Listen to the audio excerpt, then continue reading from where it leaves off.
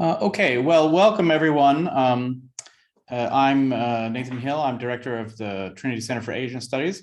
And tonight is the first of several events affiliated with Trinity that are part of the Dublin's Lunar New Year festivities. So we hope, so we're glad you're here tonight and hope you will maybe join us for some of those other events, which you can find on the homepage of the Trinity Center for Asian Studies or Dublin Lunar New Year's. And it's my pleasure tonight to introduce the speaker, Dr. Jin Kim. Dr. Kim is Irish School of Economics Senior Research Fellow in Peace and Reconciliation Studies here at Trinity College Dublin. His research interests are in the area of peace building, humanitarian and development cooperation, and the comparative study of peace processes. He is also a Goodwill Ambassador for peace on the Korean Peninsula at the South Korean government's Ministry of Unification, and a policy advisor for various Korean humanitarian and peace NGOs, the Korean Sharing Movement, and Okedongmu Children in Korea. And tonight's talk that he'll be giving is Global Health Diplomacy and North Korea, Ending the Quarantine of Humanitarianism in 2022. So I'll just now let him take the floor. Thank you very much for the kind introduction, Professor Hill. Good evening to you all. Let me just share my screen. Just give me a second.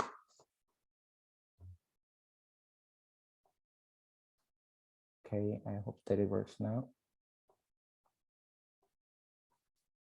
Cool. So many thanks again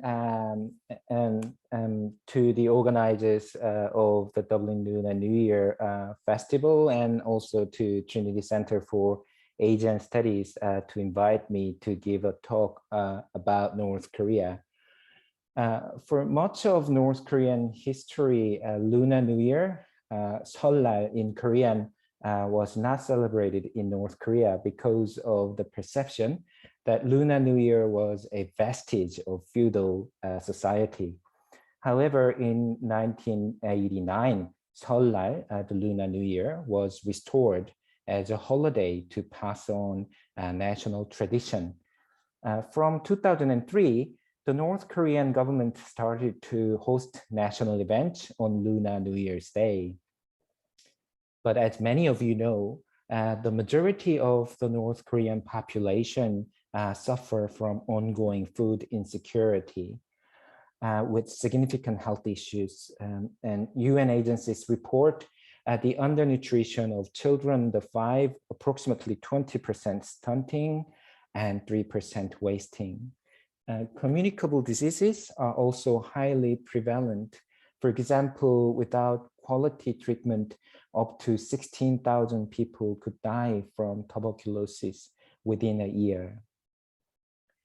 The situation in North Korea exemplified the impact of the COVID-19 pandemic on humanitarian response. As of March 2021, all international aid workers had to leave the country due to the far-reaching COVID-19 quarantine measures and strict border closures by North Korea, as well as the increasingly comprehensive international sanctions in response to North Korea's pursuance of nuclear and missile technologies.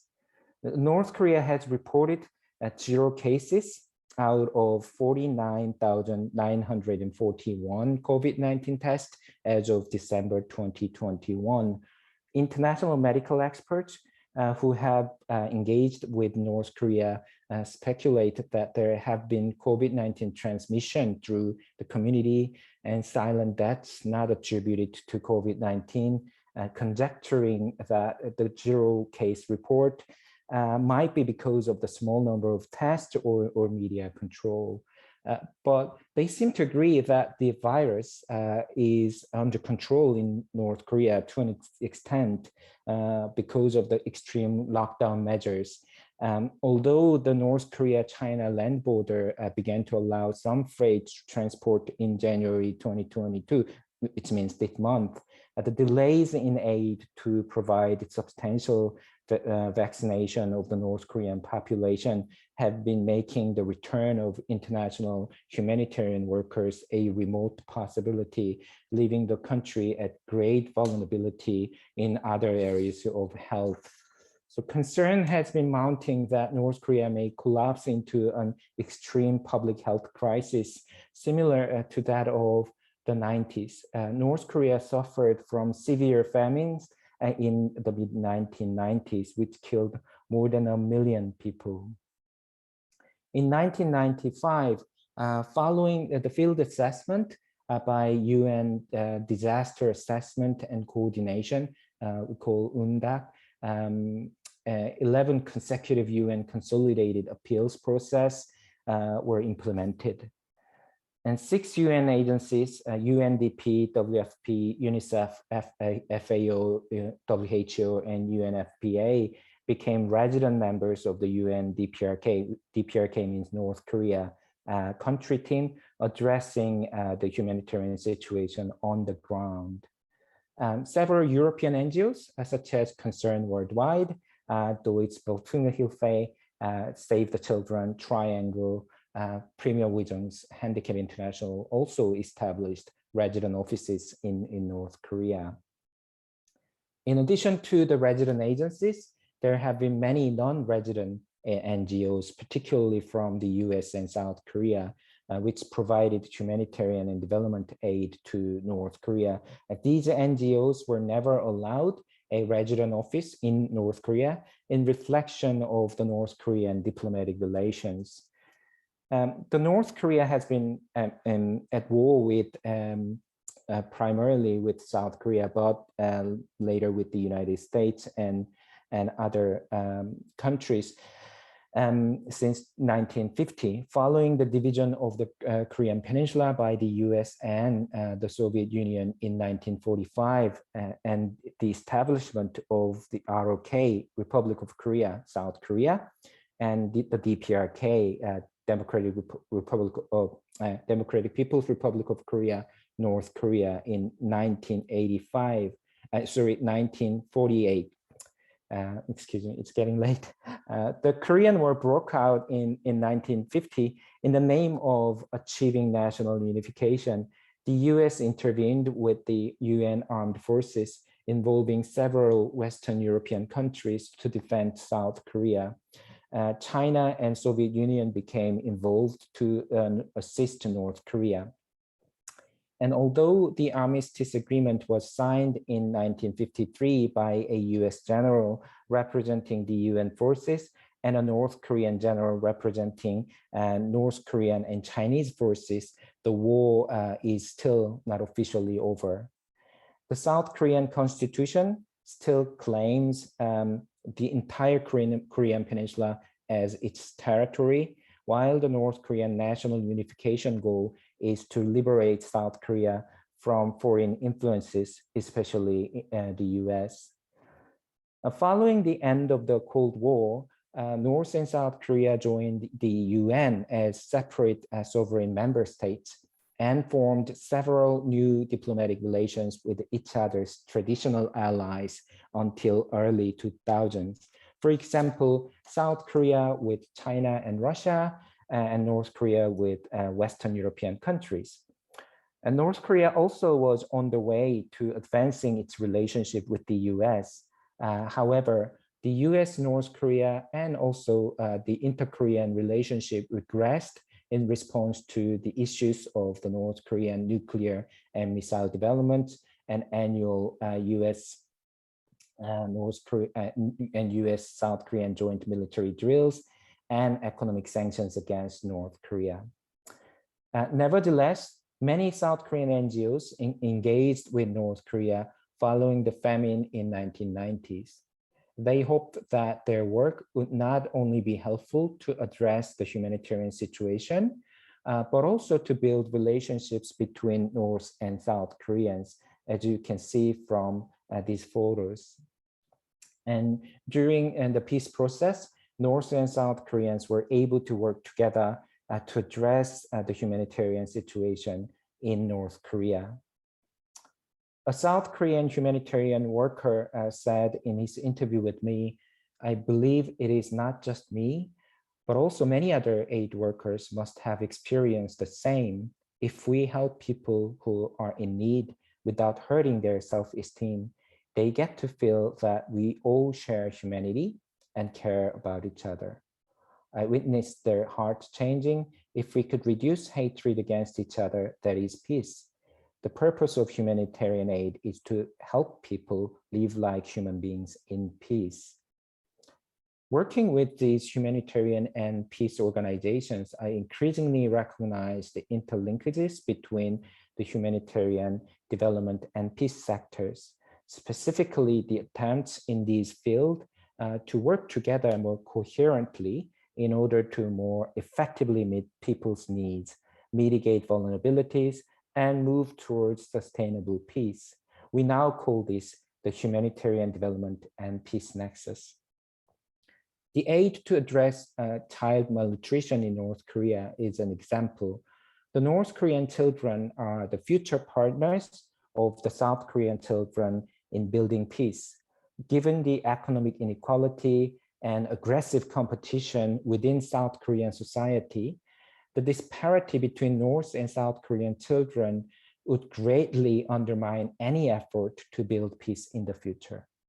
Therefore, humanitarian food aid and development aid cooperation to address the root causes of child malnutrition would be a critical component of peace building.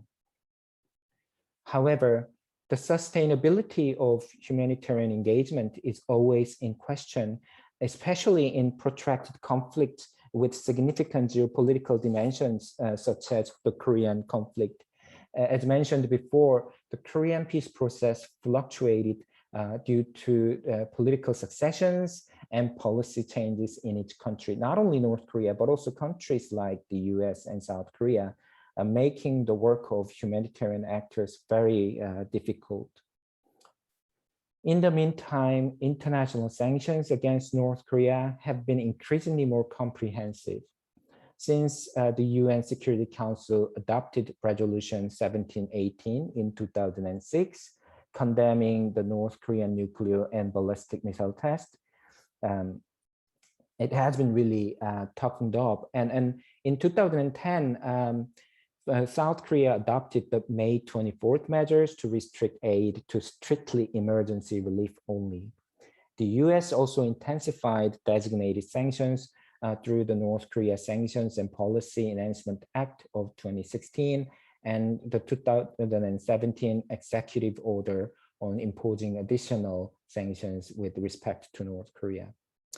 The ongoing international sanctions built upon the already severe history of economic isolation of North Korea and significantly constrained international humanitarian operations. So many aid agencies claimed that their actions comply with the humanitarian principle of humanity, neutrality, and impartiality as stipulated in the UN resolution in 1991. The UN Security Council, as a response, introduced Implementation Assistant Notice number 7, IAN number 7, in 2018 to facilitate the humanitarian exemption application by aid agencies working in North Korea. However, according to the 2019 UN Panel of Experts report, despite this measure, financial institutions still continue to reject all transactions tied to North Korea, including humanitarian aid, in order to avoid a potential violation of sanctions. We call it de-risking. Because of the lack of banking channels, humanitarian agencies needed to hand deliver funds to run their project in North Korea. So a European humanitarian worker said in an interview with me, My feeling is that they just add more sanctions if the North Koreans are doing something which we all don't like. But that doesn't bring us anywhere at the end of the day. I'm not saying I'm totally against sanctions, but sanctions should make sense and not just be almost randomly added. And then, as mentioned earlier, the COVID-19 pandemic made a huge impact on the humanitarian situation. In an interview with me, a US humanitarian NGO worker said North Korea's self-induced border closure because of COVID-19 has done what sanctions could never do, effectively sealed off the country. And that showed the inability of sanctions to change their behavior or calculus in a lot of ways, because what they value clearly is physical security beyond access to the international financial system.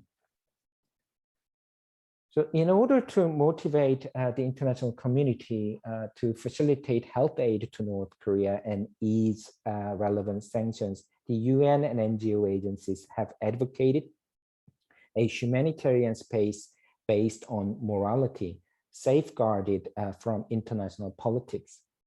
As the COVID-19 pandemic hit, however, such humanitarian assertions could not shelter aid efforts in North Korea. As mentioned before, by March 2021, all international aid workers had left the country.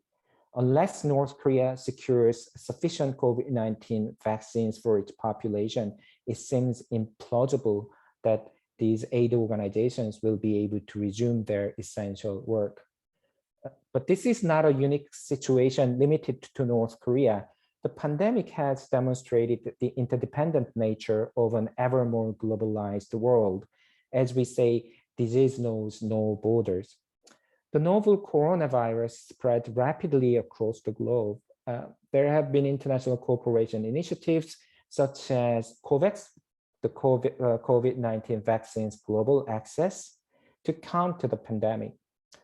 Nevertheless, the unprecedented scale of border closures, the inequitable global distribution of vaccines, the rise in health nationalism, such as in the case of advanced purchase agreements for vaccines, have increased concern about humanitarian situation in low-income countries, calling for global health diplomacy to support vulnerable populations beyond sovereign borders. While in international relations, traditional diplomacy considers states as the basic unit of strategic concern for national interest.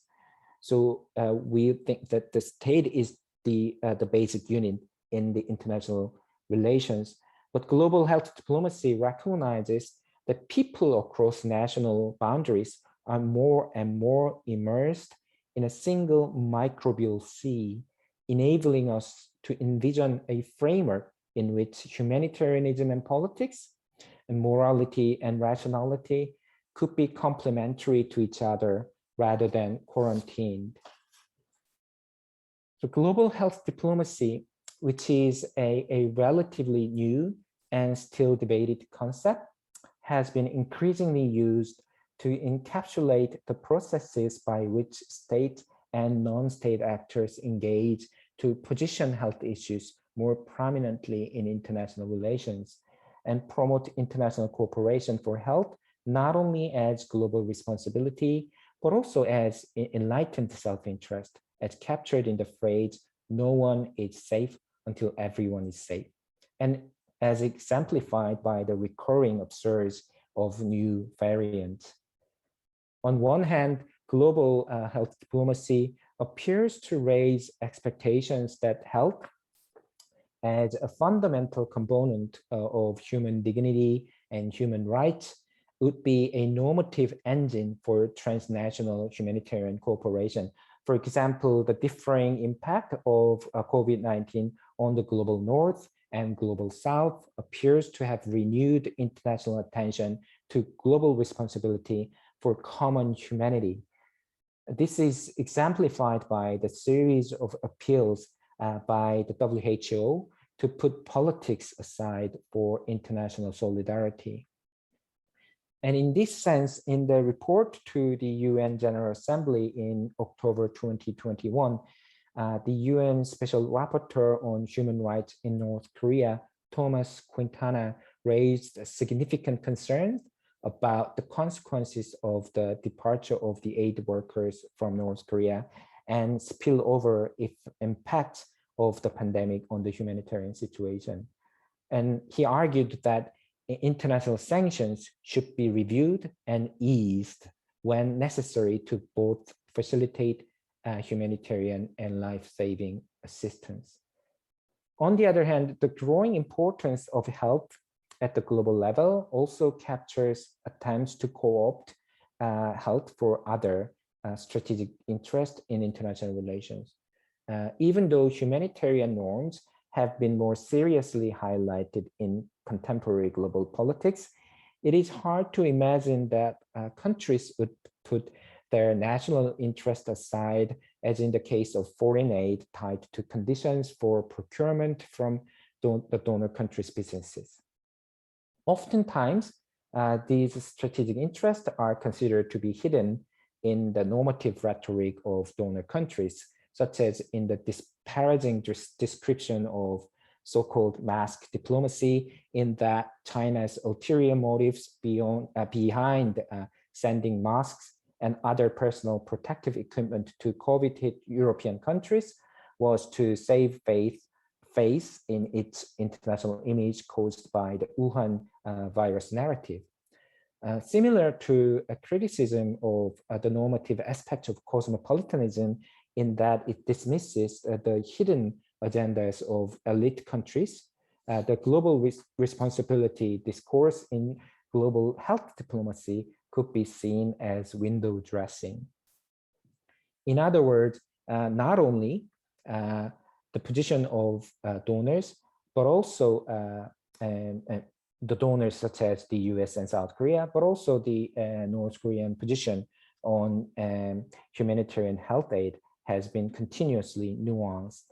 In 2020, North Korea applied to the COVAX Advanced Market Commitment Program, which is run by WHO, the Coalition for Epidemic Preparedness Innovation, CEPI, and Gavi, the Vaccine Alliance.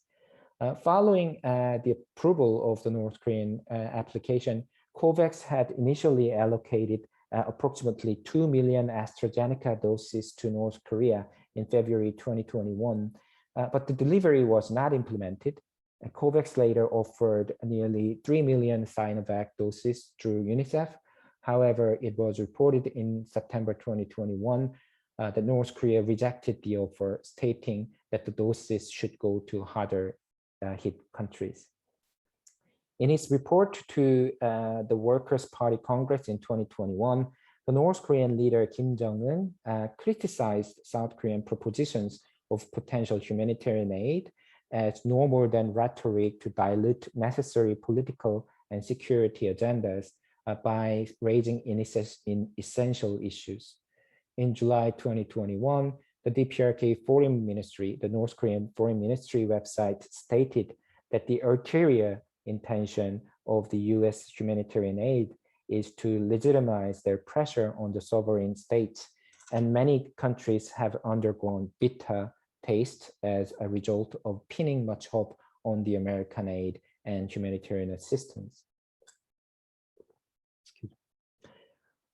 However, as it combines health with diplomacy, the concept of global health diplomacy does not deny its political nature.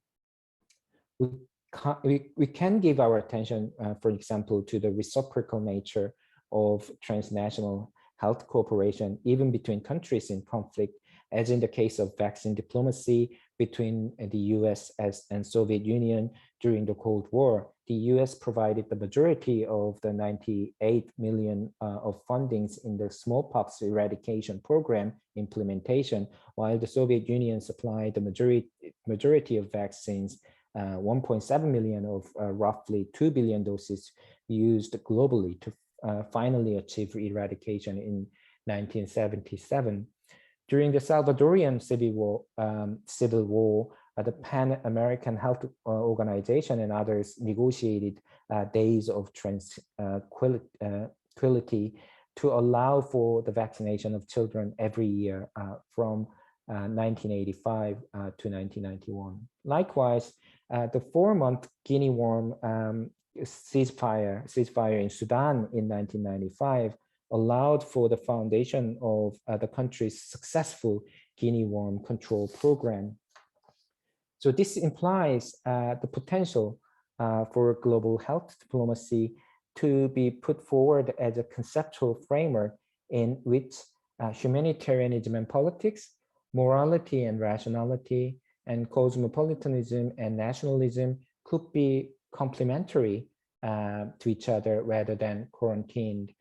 This is especially so at a time of accelerated globalization, when national action alone would not be able to address the health threats posed by microbes, enabling us to envision reciprocal transnational health cooperation at the global level for the enlightened self-interest of all states. So this convergence of normative and strategic aspects in global health diplomacy is different from instrumentalizing health through conditionality and ulterior motives. If the priority of the aid is to coerce the recipient state to satisfy donors' national interest rather than reciprocal benefits such as exploitative donor preconditions or health aid, this strategic action to bargain people's health would fall into serious moral question. In other words, even though global health diplomacy would not compel states to disguise their national interest, the legitimacy of transnational health cooperation would still depend on compliance with the moral norms of international community. Unlike the unidirectional nature of humanitarian aid between donor and recipient, a global health diplomacy approach has the potential to reframe health aid as reciprocal cooperation addressing a global level crisis where the global responsibility and national interest converge. This recognition of reciprocal benefits would be helpful for aid agencies advocating health aid to North Korea to concerned governments and overcoming domestic opposition in donor countries such as the US and South Korea in particular, who want to continue hardline policy toward North Korea based on national security interest. The likelihood of COVID-19 outbreak because of the lack of vaccine and potential instability caused by the outbreak in North Korea could affect not only their neighboring trade partners, China and Russia, but also South Korea, where there are US military bases. In other words, COVID-19 assistance to North Korea would be considered in the enlightened self-interest of donor countries. Then again, the question of who provides and who delivers the vaccine will still reflect on strategic calculation of international perception and diplomatic realities. In effect, everyone at the table will be talking about COVID-19, but thinking beyond it. For instance, when the initial COVAX commitments fell through, there was concern that China and Russia may fill in the role of vaccine provision and that the US may lose diplomatic leverage on North Korea. Vaccine provision to North Korea was framed as an opportunity to push the needle forward on political and security issues, such as denuclearization. However, if the priority of COVID-19 assistance is to coerce North Korea to satisfy donors' other national interests beyond direct health benefits, this diplomatic action to bargain with people's health would not only feed into the North Korean suspicion of international aid, but also fall into, again, moral question. As mentioned before, international health cooperation in the COVID-19 era is being increasingly described as a global responsibility, particularly the need for equal access to vaccines applies to all low-income countries beyond North Korea. According to Amnesty International in 2021, although the world has produced some 11 billion vaccine doses, only 7% of people in low-income countries have received a single dose. Therefore, motivating the COVID-19 support and the resumption of health aid to North Korea would not only require a strategic understanding of enlightened self-interest, but also a normative sense of global responsibility. Considering the widely accepted understanding of international relations, national interest appears to be one of the most meaningful sources of cooperation between states. However, international relations scholars, especially constructivist scholars, have shown how identities and relationships between states could affect the sheer idea of national interest, and their understanding of social construction in world politics informs how states would not want to be seen as violating moral norms in international community and can often be persuaded to comply with those moral norms. In this sense, donor countries, including the US and South Korea, could be encouraged to consider providing COVID-19 assistance to North Korea and suspending related sanctions without preconditions. Because this health cooperation with North Korea and lifting the relevant sanctions against North Korea is in accordance with global responsibility to address unequal access to vaccine, which simultaneously is in their enlightened self-interest for the health and safety of their own populations. This convergence between normative and strategic action in global health diplomacy could reassure North Korea that they would not be singled out, and the COVID-19 assistance would not be tied to unrelated political and security agendas.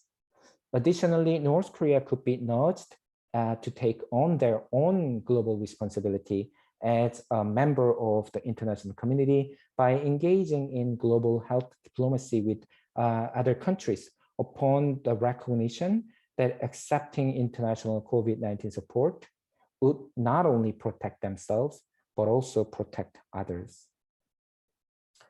A South Korean humanitarian NGO I work with, Okedongmu Children, used to visit North Korea with South Korean young people as part of an effort to connect their humanitarian mission to peace building. Now, I hope to see young people from North and South Korea meet with each other and once again build peaceful relationships.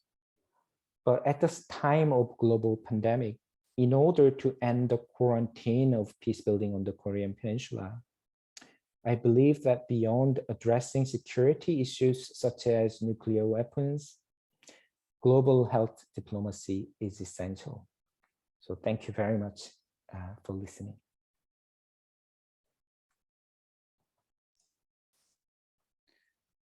Okay, well, thank you very much for this extremely interesting talk. I will just invite any participants who would like to pose a question to please drop it in the question and answer box, and then I will read it out. So yeah, I'll just open that now. So far, no questions. So I'll ask a question to get us started. And I'm sorry, but it will sound a little bit cynical. You seem, or I find it sort of inspiring that you seem to think that states can at least in principle be viewed as behaving normatively. Yeah, and then the question I'd like to ask about is kind of the interaction between health policy internationally and, if you like, intranationally, where, you know, let's say something like, it looks to me like life expectancy has been negative in the United States since between 2012 and 2014 until now. So that suggests that, you know, the US government doesn't care about the lives of its own citizens. So so that would make me uncertain about any appeal to moral criteria in international relations. Yeah, that's my question, I guess, which is maybe put this way: what sort of, yeah, how in your own thinking about global health diplomacy do the actions of states internally and externally interact in terms of health provision? Thank you very much, Professor Hill. Excuse me, that's very interesting, also important question, which is, excuse me, the nature of the international relations characterized by the phrase, for example, like the book by Lionel Never, Moral Man and Immoral Society. How could the states and nation as the whole could be moral? In terms of we can imagine that in terms of the individuals, the people, to people, then we imagine that people can be kind to each other, especially if you know somebody, if you with your neighbor or your loved one, and then you know that you could have a compassion and empathy towards people. On the other hand, then in terms of the international relations, the notion of rationality, the rational thinking. So this is the national interest, and then, oh, it's a shame that we can't really comply with the global norm, but at the same time, our mandate as the states is to serve our people. So that's the idea of, roughly put, the realism in international relations. But at the same time, the history has been showing us that there has been the case of the cooperation between states, particularly when it suits to their national interest. In many cases, there is a debate about whether that national interest could be relative or it should be absolute, particularly in terms of the states in conflict, like, for example, North and South Korea, or US and North Korea. Their understanding about each other would be different. Yeah. So that means that, in terms of state relationships, sometimes, even it's harder for us to see that these countries in conflict, if you think of the, in a do I want to say normal situation, a relatively calm situation, the states, it's hard for us to even imagine the cooperation, but at the same time, we've seen them, like in the case of European unions, or the cooperation between perhaps Canada and US would be different from the cooperation, imagining cooperation between North Korea and US, or North Korea, South Korea. But at the same time, then, as I gave examples, like such as the cooperation between Soviet Union and US during the Cold War, at the height of the Cold War. And then sometimes because of the issue of health, you had to suspend the war for the vaccination and for the health program. Because the countries, yes, you're absolutely right in terms of the internal dynamics, right? And then in terms of the US internally dealing with all these problems, and also even, you have this internal conflict within the US, and also, in many other countries about the nature of vaccines, so that means that in terms of even the concept of vaccination is put into a dispute. On the other hand, still in terms of the policy level, then the mandate of the states is actually to protect its citizens, even though it's not perfect. That means that at least, yes, it would be still not 100% satisfying, and then we would think that we need to do more. But at the same time, sometimes we can shame and name, and then nudge the states to really behave and to really fulfill their responsibility to protect their own citizens, but at the same time to protect their national interest. That means that when they're in these types of situation of global pandemic, that means that no one is safe until everybody is safe. That means it's also they're being seen as the part of the international community, that they need to do their bit, even though it's really disappointing that up until now that it's not really happening seriously. But then for the fact that many citizens of the world are really calling for the greater cooperation, and then otherwise that it will go on and on and on, even though we want to believe that the endemic is near. But then given the upsurge in terms of the variants and coming back at us again and again, and then I think it's increasingly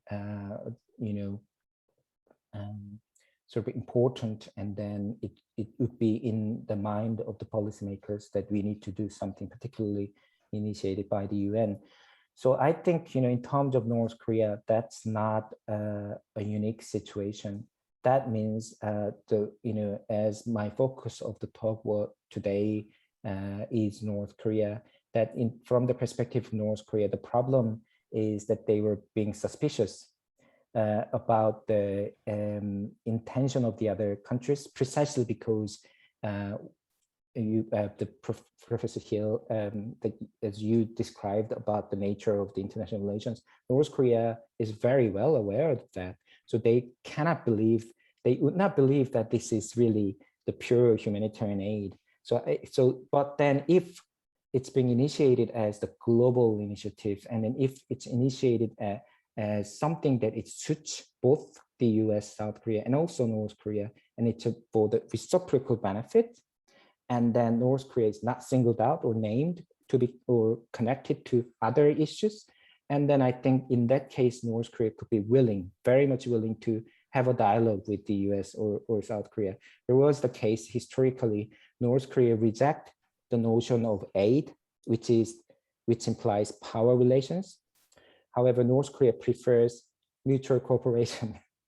That means we are cooperating with each other. So I think it's going to be relatively easier for North Korea to accept the aid by way of saving their face.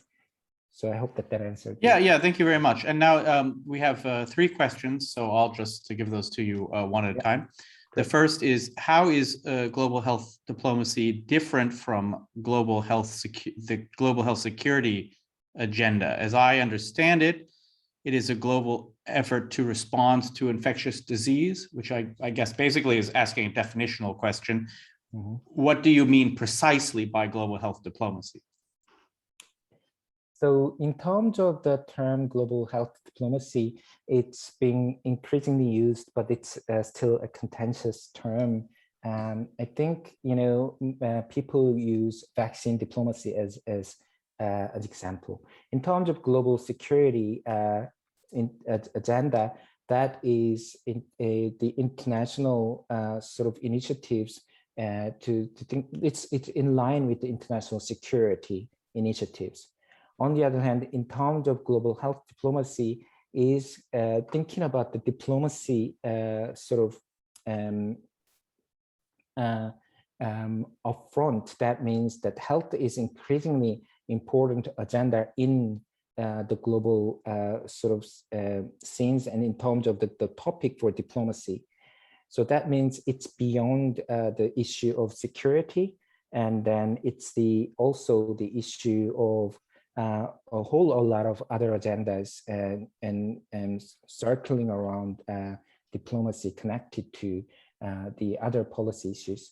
So that means sometimes health could be the engine. As I was putting forward the normative sort of engine for global cooperation, but at the same time, health is really quite important element in terms of national interest.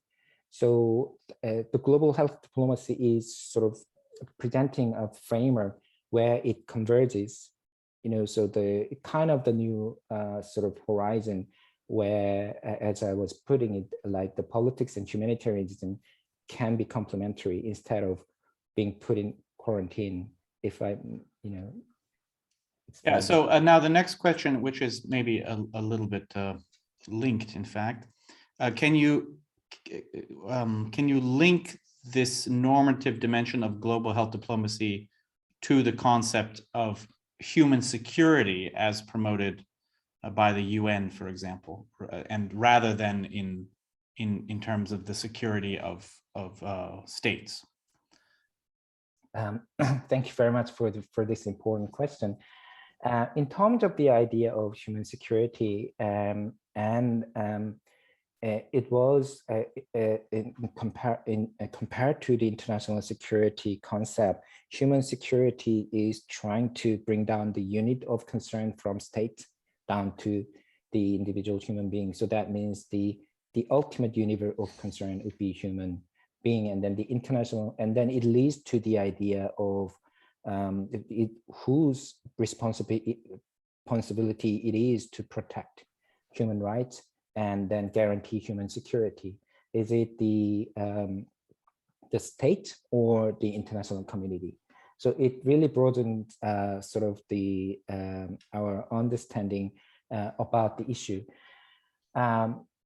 So it's really connected in terms of the global health diplomacy and then and human security.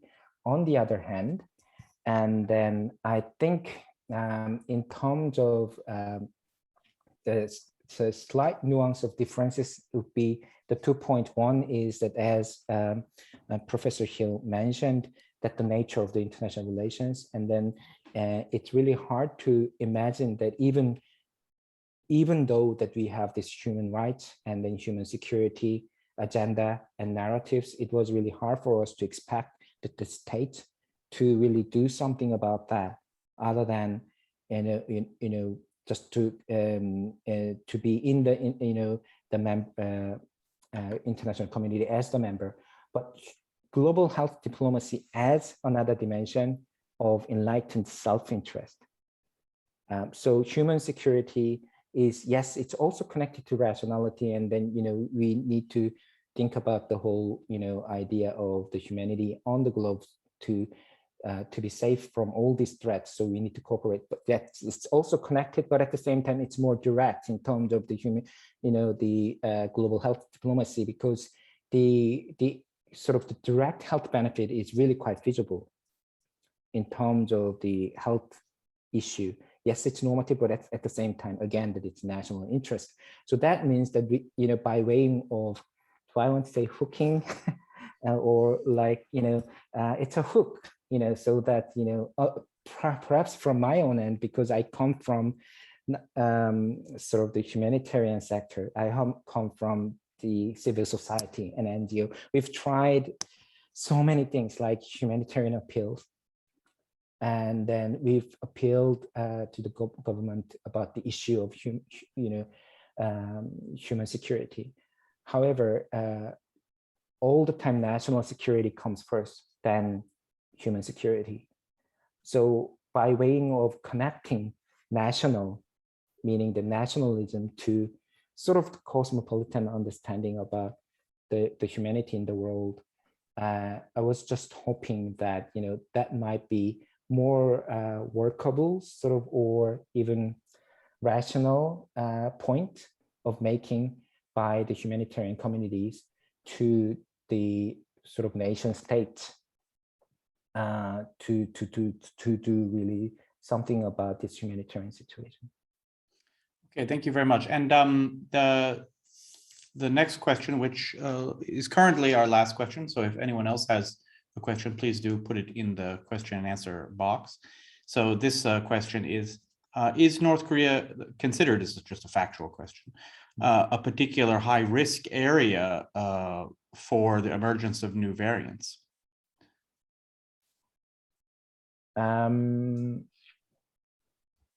Yes and no. Sorry, excuse me. No, because at the moment because of the border control of North Korea. Although that this month, slowly it's being eased, so there is some interaction between China and North Korea at the moment. But North Korea is quite strict about its border control because they learned the lessons from their dealing with SARS in 2003 and also the Ebola outbreak. And so they, because of the infrastructure, national infrastructure, and then their situation in terms of health sector, perhaps desealing the country would have been the best option for North Korea to be separated from the threats of this coronavirus. But in terms of the issue of North Korea, because it's so fragile situation, not necessarily the country, but in terms of the geopolitical situation in North Korea. For example, at the moment, because of the North Korean action to further develop its missiles and nuclear technologies, and then it seems like, unlike my hope, that the international sanctions and initiatives, particularly from the US, is been increasing. So that means then it's ever more isolated. And then if the humanitarian situation gets worse, and then that was previously being used as a strategy that, by isolating North Korea, perhaps people could be fed up with their government, and they might, revolt, and then there may be a change, and then that's the collapse of the regime, etc., etc. So, for example, if that happens, then what's going to happen? If the flux of the refugees coming out of North Korea to China and South Korea, and then we will see the outbreak of coronavirus again, and then new variant or any other option, and then it's a negative scenario. But if there's a positive, if we are to dream about the positive sort of interaction with North Korea, as I was showing in terms of the young people's interaction between North and South Korea. And my last, I'm a South Korean citizen. So under the national security law of South Korea, I'm not allowed to visit North Korea anyway. But during the peace process, I was able to visit North Korea, officially approved by the government. And my last visit was 2008. It was the opening ceremony of Children's Hospital in North Korea, which was jointly built by Seoul National University from South Korea and Pyongyang Medical School from North Korea. And then we brought young people from South Korea to North Korea, visited North Korean schools and such. So no one really thought that, that the border would close completely between North and South Korea. But the people, not only those of who are older generations, who are from North Korea, who have a memory of being with many North Korean people or hometown in North Korea, but also the people who interacted with North Korea during the peace process, they still have memory of being with each other. And to be able to realize that without being threatened by COVID-19, and then I think it's a must if you are to think about a peace process on the Korean Peninsula. This is the must. And then I think that, it's not many times being highlighted than the North Korean shooting some missiles. So that's why I challenge the national security initiatives or anything related to security, to be honest. But at the same time, in terms of diplomacy, in terms of humanitarian understanding, which could be, if, in this case, fortunately or unfortunately, simultaneously in the national interest of any other concerned country. Okay, so we only have a couple minutes left, but there's one question has come in, which I think is actually an appropriate question to end on, which is basically, speaking very concretely, you've outlined, some good reasons for pursuing this, if you like, framework of global health diplomacy in North Korea. Are there any concrete actions you can point to that are moving in this direction? Previously, as I explained or showed, many aid organizations from the US, UN, North America, or you name it, quite a lot of countries had humanitarian mission to North Korea. And North Korea actually, unlike their sort of nickname of Hermit Kingdom, they have diplomatic relations for more than 100 countries. And again, Concern Worldwide had office in North Korea and did an amazing work in North Korea in terms of the humanitarian focus, of course. But in terms of the current situation, the COVAX, which is to address the global pandemic together, and then to help the low-income countries to cover some of the vaccinations in their country. Actually, the COVAX agreement only covers 20% of the population. So that means that even if you get the COVAX vaccine, you only get 20%. So that's why, in terms of strategy, North Korea, even if you get 20% and you get single dose for a few, people, and still, 80% of the population are not going to be vaccinated, and then it'll lead to another problem.